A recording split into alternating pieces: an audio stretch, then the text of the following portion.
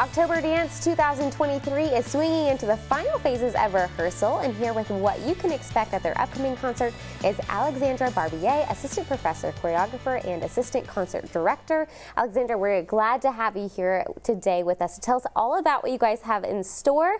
What can people look forward to October Dance 2023? Yep, so it is just a feast for the senses.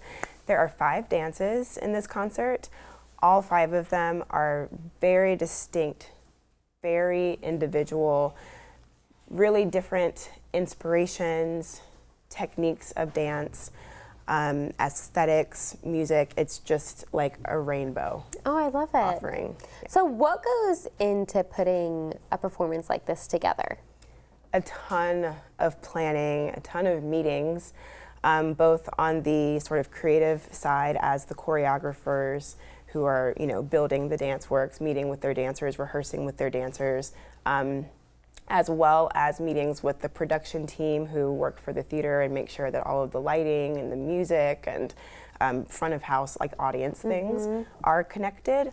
Our students who are performing in this work have been rehearsing since the beginning of the semester, 4 days a week for 2 hours each of those 4 days.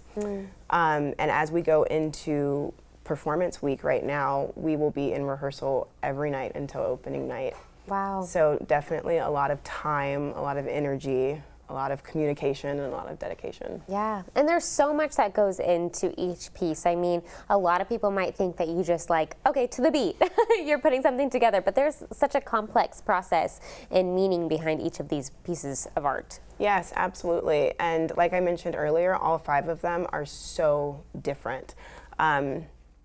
3 of our choreographers are faculty members in the Department of Dance. One of them is a student choreographer who is a junior in our BFA program. The final choreographer is actually considered like a pioneer or like a founding grandmother of modern dance. So, she's no longer with us, but she did not send, her company sent 2 people to work with us to restage some of her work. So there's a lot of history in this concert. A lot of different cultural and geographical influences. For example, my piece is I'm from Louisiana originally, and my piece is about childhood memories in that area, and so I'm calling upon a lot of millennial but also Louisiana culture. Our student choreographer she's got family that's from Morocco, and her piece is about Moroccan tea ceremonies and pulls in a lot of inspiration from the movement that happens at weddings and other types of celebrations throughout Moroccan culture.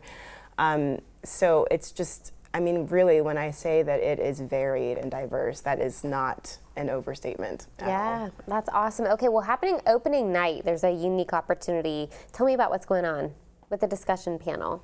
Oh, right.